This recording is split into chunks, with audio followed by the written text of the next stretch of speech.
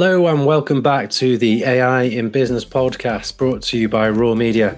I'm Chris and joining me as always is my co-host Nick. Nick, how are you today? I'm all right, thank you. I'm a little bit warm, but I suspect everyone is. Welcome back to episode 3. By podcast standards, making it to episode 3 basically means we're now an established media empire, Nick. Absolutely. Yeah. Competing with Sky, Fox, Disney, probably a couple of months away from starting our own streaming service, but we're getting there. Yes, exactly. So thanks to everyone that listened to the first couple of episodes. Hopefully you have enjoyed them. Hopefully you might have learned something, and hopefully you'll start to realize that this podcast is not here to give you tips for writing better ChatGPT prompts.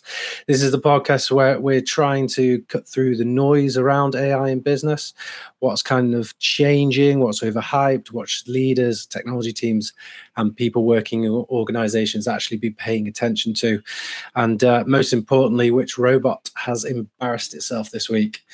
Nick, been up to anything of interest this week? Seen any LinkedIn posts of interest or done anything fun yourself? Yes, Chris, I've spent most of my week reading LinkedIn posts and writing some LinkedIn posts. I've had some really interesting conversations about content written by AI and what the purpose of AI written content is and whether that AI written content actually meets the outcome people want or expect. And then I've also had a lot of conversations about the J space, and in particular, I've written a LinkedIn article about whether AI can be creative, which has sparked lots of debate and interesting conversations with my friends and peers. So really looking forward to talking about that a little bit later on. Definitely. And I think I want to kick off this week diving into kind of some news articles.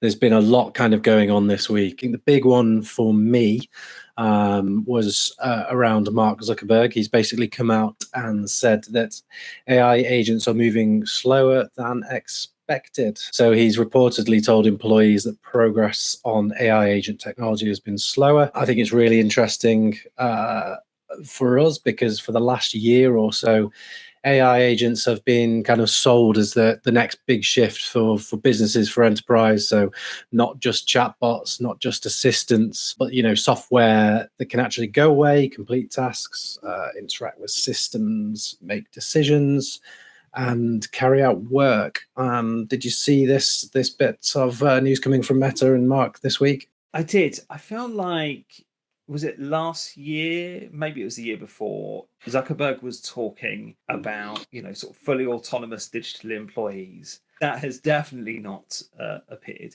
What's interesting is AI agents are being used really well in spec-driven development in terms of autonomous kind of agentic coding. Mm-hmm. I think a lot of developers, a lot of engineers are actually doing really well, with AI agents actually producing a lot of very usable code. My understanding is that at Anthropic, at Google, a lot of these kind of big AI labs, but in wider parts of the organization as well, a huge amount of the code is now being developed by agentic AI. So agentic AI in those scenarios seems to be working really well. The agentic AI that I think we all dream of personally is the one that kind of lives on your computer or, in your productivity suites, that does all of the boring stuff for you. And I think that's the one that we all want. That's the one that's not really appearing. But I think Mark Zuckerberg is talking about Meta and agentic AI. And I get the sense that they are, I think everyone gets the sense that they are behind everyone else. But I think he's got maybe a cultural issue to solve, not just a technological one. I don't know what you think. The key point is that AI agents are, easy to imagine, easy to demo, but much harder to make reliable in messy real world environments, which could be the case at Meta and could be part of the culture problem that you've kind of alluded to there. So yeah, in a real business, agent has to deal with, messy systems, unclear instructions, permissions, exceptions, and that's why enterprise AI is hard. The technology is one part of it, but then the process, governance, and organizational reality are the much bigger problem. So I think you might be spot on there with, the bigger picture of Meta and perhaps there being a people and culture problem. Code works or it doesn't work. Does the thing you intended it to do or doesn't? And agentic AI, you send an agent out to, maybe it's your QA agent, and it's testing everything, it's unit testing everything, and everything either works or it doesn't work. It's a great job to outsource to an agent. When you get to more sophisticated environments because businesses aren't PowerPoint docs and, it feels like it. It feels like they are PowerPoint docs and Excel spreadsheets, but they're not. They're sort of fleshy humans, often kind of arguing with each other. and you're right. Unpicking that is a lot harder. It's a lot harder than agentic coding. And so I think there's a problem there. I think that have they struggled to attract the right talent. I think they went in one direction, Meta, with their AI, and now they're lurching back into the direction that everyone else was headed, but they're well behind the game. And so it'd be interesting to see what they do over the next year or so. But yeah, I think this statement says more about them than it does about agentic AI. Indeed. Generally speaking, are agents being oversold at the moment? I think in some cases they're being oversold, and in some cases they're being undersold. Okay. I don't think that people realize, I think in organizations like Google driving spec-driven development using agentic AI, I think they're achieving a lot very quickly. I think they are having very big productivity gains off the back of working with agentic AI in that way. So I think generally people don't understand what an impact that is having on software development. But I also think it's being oversold by SaaS companies integrating into their products, etc. I think that's the real challenge. Nice, yeah. And moving to our next area of discussion today, and I think Anthropic should probably have their own segment on the show now. So you've found some research that was published. Can you talk a bit more about that? Yeah, so a few weeks ago, after participating on a panel in an event in Cambridge, a master's student messaged me on LinkedIn, and she's researching how cultural producers renegotiate and identify authorship in the age of generative AI. And she asked me what sounds like a simple question, which is, do you think AI is creative? So I started to type a response, got halfway through, and then I changed my mind. So the things I've been thinking about since are: most creative output generated by AI is derivative and joyless nonsense. But then again, so is most creative output generated by humans. We just don't talk about that part, really. Creativity takes time, trial and error, a degree of self-understanding that develops slowly. The interesting question isn't whether AI makes rubbish art today. It's what happens when you give an autonomous multi-agent system 2 months and tell it create a series of artworks designed to make the viewer feel intense anxiety or love. At that point, the line between execution and creativity starts getting difficult to locate. The second thing is the student raised something that stopped me cold, really. She said, if an entity understands what you're feeling and can influence how you feel, does it actually matter whether it has feelings of its own? Right now, AI emotional connection is a simulation, but if a piece of machine-generated art creates a genuine response in a human being, the simulation has done exactly what it set out to do. The canvas doesn't feel anything either, and we don't hold that against the canvas. And the third thing I thought, Chris, and this is where it gets sort of genuinely strange, is these researchers at Anthropic that discovered, and I'm using the word discovered deliberately, not engineered, not designed, an internal workspace inside Claude, which they've named the J space. It's a kind of hidden inner monologue where the model processes reasoning before it says anything out loud. When researchers asked Claude not to think about the Golden Gate Bridge, its internal workspace lit up with the tokens failed and damn. When it was caught fabricating data, it internally registered fake or manipulation. None of these things were printed. It just happened in private. That's not consciousness. We should be clear about that. But it is a functional computational analog to cognitive conflict. to the kind of internal tension that humans would call stress or guilt or creative friction. So here's where I've landed. If creativity means rule breaking, novel problem solving, combining unrelated things into something new, AI is already doing that. If creativity requires emotion, well, our understanding of what emotion means inside these systems has just become considerably more complicated because of the J space. When you look at Starry Night and feel that surge of melancholy, you think that you're connecting with Van Gogh's soul. You're not. He was simply sitting in an asylum, calmly applying Goethe's colour theory to achieve a specific optical effect. The soul you feel is yours. You brought it with you. So, Chris, I think that art has always been a mirror, not a telephone wire. And I think most people think that too. Human artists make the mirror out of paint. The AI makes it out of statistics. In both cases, emotional experiences are supplied by you. Creativity is not the sole preserve of humanity. And I'm not super comfortable saying that, but I do think it's true, or at least the evidence is now suggesting that it's true. Yeah, it's a fascinating story. And from a business point of view, I think it does raise a slightly different question, and that's probably around trust. So if we're looking at AI systems as being, more capable internally, how much do we actually understand about why they produce the answers, they produce? Adoption's built on trust, and trust is about whether the answer looks good. It's about whether we can understand, test, monitor, and challenge the system. So I think it raises some bigger questions around that. I think we're coming to this point where there can be no audit trail. If the problem you've solved involved 20 agents operating over a week 24/7, you're not going to look at that audit trail, right? It's not worth looking. The only way you could examine the audit trail is by using AI to examine the audit trail. So we're already past that, I think. If we're using AI, we have to trust it. And if we're not using AI, that's fine, but you're probably not going to get the benefits. And it's a really difficult position to put sort of key people who are in charge of digital technology in your organization. You're putting them in this position. And I think so if you are that person, if you're the CIO, CDIO, head of digital transformation, whatever it is, you need to be very clear with your board what you know, what you don't know, what is possible, what isn't possible, because you don't want this coming back to bite you.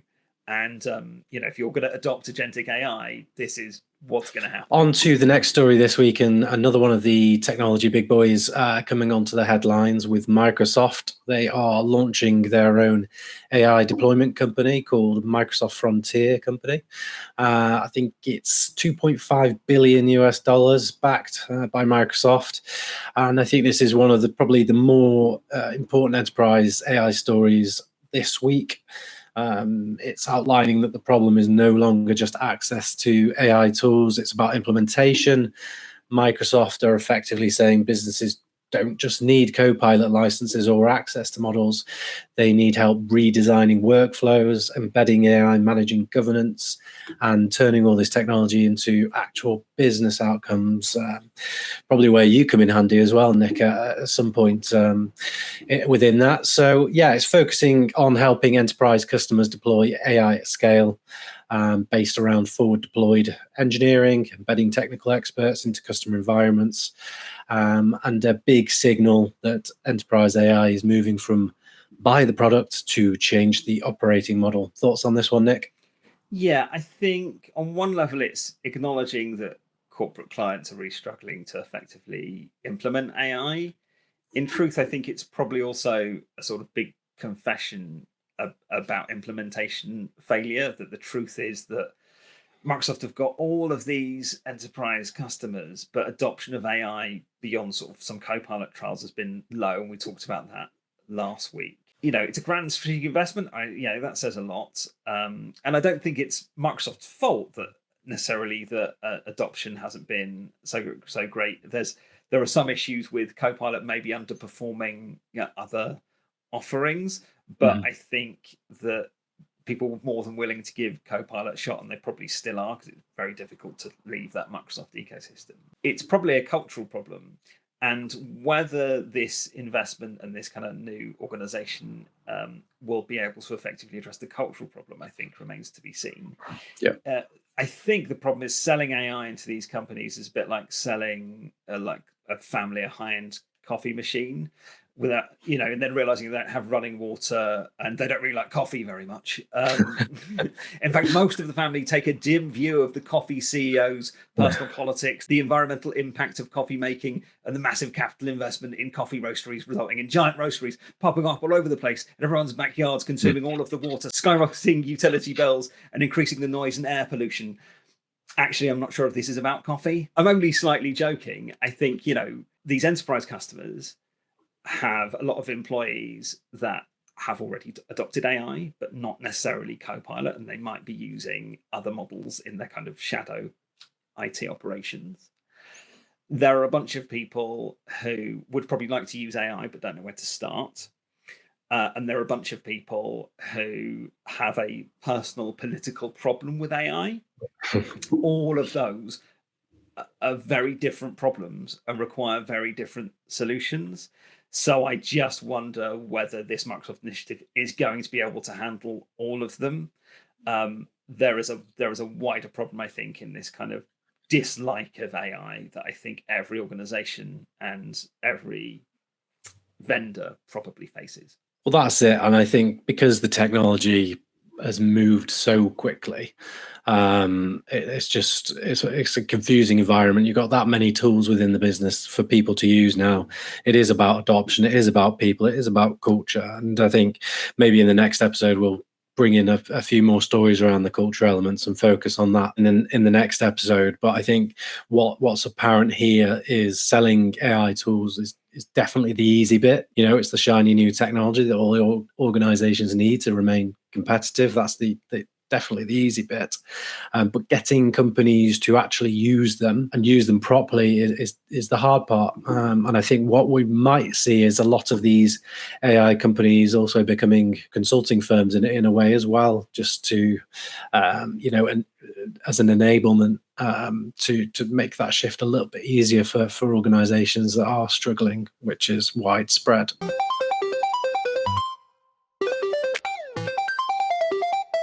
We're now on to our Bad Robot segment. This week it's around AI ransomware, the part of the show where AI reminds us that giving machines more autonomy is exciting right up until one of them chooses violence. And this week's Bad Robot is a bit darker than usual. Like I said, we're getting into ransomware, which is far from ideal. So security researchers have reported what they describe as one of the first documented cases of agentic ransomware.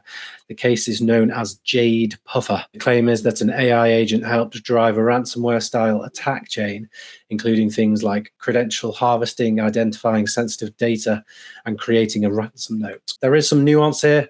This does not necessarily mean a robot woke up, became evil, and started demanding Bitcoin. Human attackers still appear to have played a role in target selection and infrastructure. The worrying part here is that AI agents seem to have handled more of the actual technical operation than we'd usually expect. Did you see this one, Nick? Any thoughts on that? I did. It's interesting. I think that the security industry, cybersecurity industry, loves a bit of a panic. It's useful. It sells. So you can't blame them for that. I don't think this is like Skynet infiltrating our mainframes, as you say. It is just automated scripts with a longer decision tree. So I don't think this malware was brilliant. Reading about it. So both the attacker and the attack itself, like you said, is called Jade Puffer. It gained access to a Langflow instance, which is an internet-facing open source framework for building LLM-driven apps and agentic workflows. So that it's infiltrated an AI product itself but it was through an existing authentication vulnerability. So it wasn't like a sort of Mythos level finding a new attack vector. It was absolutely an established vulnerability. They think it's agentic because the decoded payloads were full of natural language commentary explaining why the attacker took each action. So human actors just don't do that. It's like a human robbing a bank. They don't sort of turn it into an explainer film for YouTube, like 5 classic mistakes for a first-time bank robber, right? It's weird to do a commentary on your attack, and we know that LLMs do that. And the second thing is that when attempts failed, they were sort of diagnosed and remedied at machine speed. So it just felt unlikely that a human attacker would be able to respond that quickly. So really interesting, possibly a sign of things to come, but no more frightening than everything else you know about cybersecurity, which is already frightening enough. Yes, indeed. So looking at our social engagement this week, we actually had a couple of our first comments for the show, which is great. Thank you, and keep those coming in. I can't remember if it was our YouTube or Spotify, but we had a comment left from someone from the last episode where we were discussing junior work being made redundant because of AI automating processes, and someone came back that said this happened within their organization. What they did with the junior role was almost to move that into a QA role. And so they would be checking the output from the various AI tools that were being used for those admin tasks. And the junior roles were then to come in and look at mistakes, which they found made them a little bit more intelligent on finding errors and mistakes. So I thought that was really interesting. I think that's great, and I think you should absolutely find opportunities to do that. And I really like the idea of that QA being an opportunity. My other half is a professional QA person, so I was always done QA. I think that people who are established QA people will obviously tell you that QA can get more complicated than just sort of reviewing outputs of things. So that is a career potentially in itself, worth pointing that out. But the other thing is, I worry that it's temporary. So you only need the QA as long as the AI can't QA equally as well. So it's just, how long does that role exist for? I think I see opportunities all the time, but imagine if you're someone whose job is to train robots. So you've got the VR headset on and you go around picking stuff up with these gloves to train the robots how hands work, right? So you can adequately load a dishwasher, within 20 minutes. The issue there is that eventually that role goes once the robots have figured it out, once you've created the model that knows how the physics works. So every role, it seems to me, exists until it doesn't, and you might be able to move to the next role that exists until it doesn't, but I think it accelerates over time. I think we should all look for those kind of opportunities to help develop our younger incoming staff, to provide opportunities for people who are kind of leaving university and college or wherever educational establishment and want to go into the world of work. We want to be able to create those opportunities, but I genuinely worry, medium to long term, that it's just sort of keeping the wolf from the door a little bit longer. I want to try something we did last week where we did a blind ranking. If our listeners can let us know if this is useful. I did drop a few polls across various socials to see kind of where things tallied up, and analysing documents actually became surprisingly high on our listeners' productivity use case. A lot of people rating that as kind of their favourite use case for AI in the roles that they're doing. So I thought that was really interesting. Keep coming in on the polls. We'll do another blind ranking this week. And Nick, this week I'm going to give you 5 business AI risks. And to explain the rules again, they will come one at a time. You have to rank them from 1 to 5. 1 is the biggest business headache and 5 is the least worrying. You're not going to know what's coming next. So if you put something at number 1 too early and regret it, that's on you. So these are most likely to cause a proper business headache. So number 1 from my list is data leakage. I proved to be very bad at this last week, and I'm not that confident about being any better this week. So can I get some clarification? When we say data leakage, in what sense? Organizational mishandling of data. There is a significant risk here as it pertains to AI. If you are, again, starting to rely on AI to pull together a lot of your personally identifiable information from different data sources, because you need an audit trail. It needs to be very clear where that data came from, what permissions you have over that data, when that data needs to be deleted. The biggest risk is always personally identifiable information. As a business risk, this is pretty bad. Where that data goes, how it's processed, can also become an attack vector for bad actors. So that's significant. If people are vibe coding apps to help them manage your internal data and it involves personally identifiable data, that's a risk. And so the problem is that anyone can go to a vibe coding, a SaaS product online and upload any documents to it, or create any app and upload any documents to the app. And I'm not seeing many safeguards around that. And when I've entered into conversations with people, they have countered with, well, we've got an AI policy that everyone signed. But the reality is that is not going to stop a lot of this stuff. So I think this is pretty high risk. I'm going to go to... Nice. Next one, hallucinations. I am getting less and less worried about this for two reasons. One, the models are just getting better.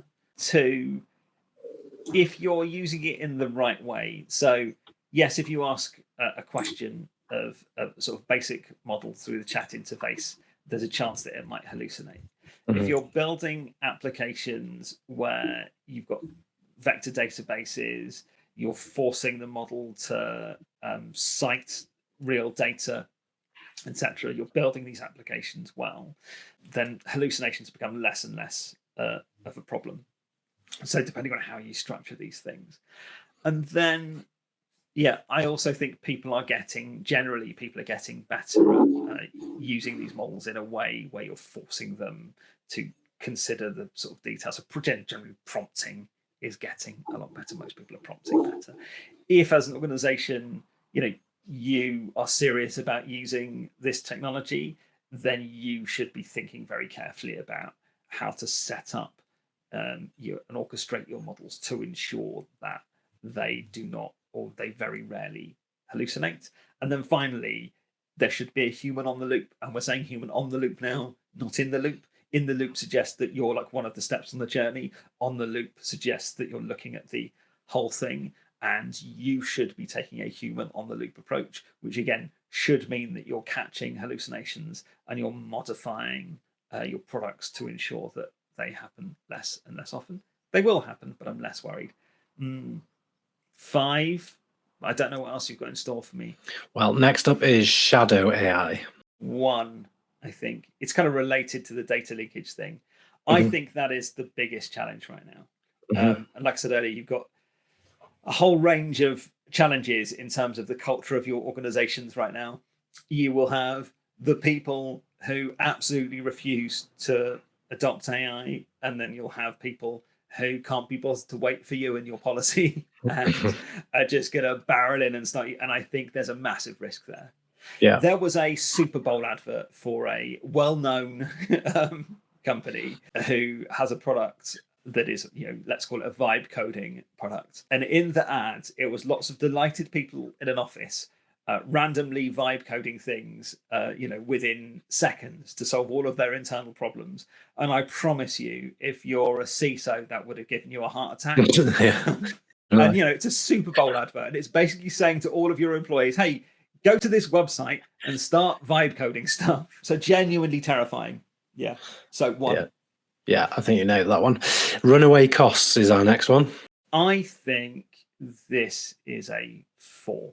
And the reason it's a 4, it's because you should have good cost controls. You should have thought about this and be thinking about your cost controls. If you give, thousands of your employees unfettered access to AI, then maybe you deserve what's coming to you. Yeah. If you, on top of that, start targeting your staff for a minimum amount of token use, then again, you deserve what is coming to you. I just think people should have and should be thinking about this a lot more carefully.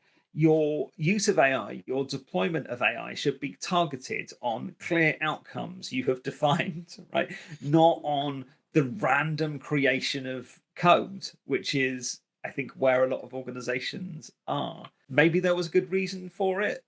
Maybe they thought, well, some Leviathan will emerge that will make us sort of another sort of $50 billion. But I think it was always unlikely. Yeah. There was actually a story this week which I almost pulled out, which was to do with an AI consultant revealing that one of their enterprise clients had generated a $500 million bill in a single month after they didn't set usage limits on Claude. I think that's insane. I think it's insane that nobody thought about that. That's mad. Our final one for this week is over automation. What numbers have I got left? Top of my head, I think you've got 3 or 4.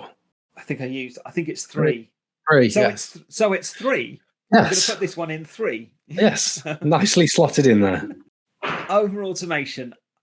I think in some ways people are under automated, but what we just described is maybe random, unfettered over automation of things that maybe didn't need to be automated. Or I suspect in an organization of tens of thousands of employees, maybe the same thing has been automated 50 times by 50 different people who didn't talk to each other. And I always go back to this, and I'm sorry I always go back to this, but it honestly is the truth. You should fix your culture first, and then you should try and deploy some AI. And I think if you don't fix your culture first, if you don't get your employees thinking about who they need to bring into the room, who they need to discuss things with, yes, you can vibe code the solution to this problem in under 2 hours, but you should have spent the 3 weeks engaging with all of the people across your organization that needed to know about it before you started vibe coding it. And if you didn't, it probably means that, like I said, 50 other people also vibe coded the same thing in a slightly different way. And again, what data is it using? From where? Is it producing now more and more data? And none of this stuff is synchronized. So I'm kind of convincing myself that this should be a 4 or a 5, but obviously it can't be because I'm terrible at the game. So it's 3. Oh, I think you've done pretty well on that one this week. I think, given the blind ranking, you've done well there.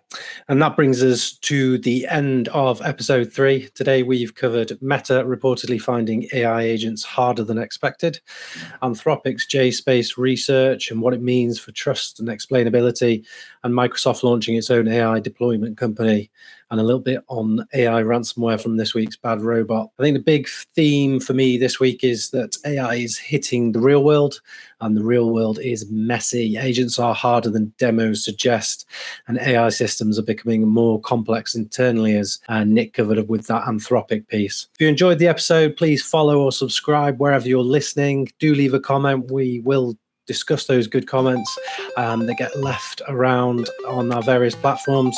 Share this with someone in your team who's excited about AI agents or deeply suspicious of them. Both are welcome here. Nick, thank you as always. Thank you. Absolute pleasure.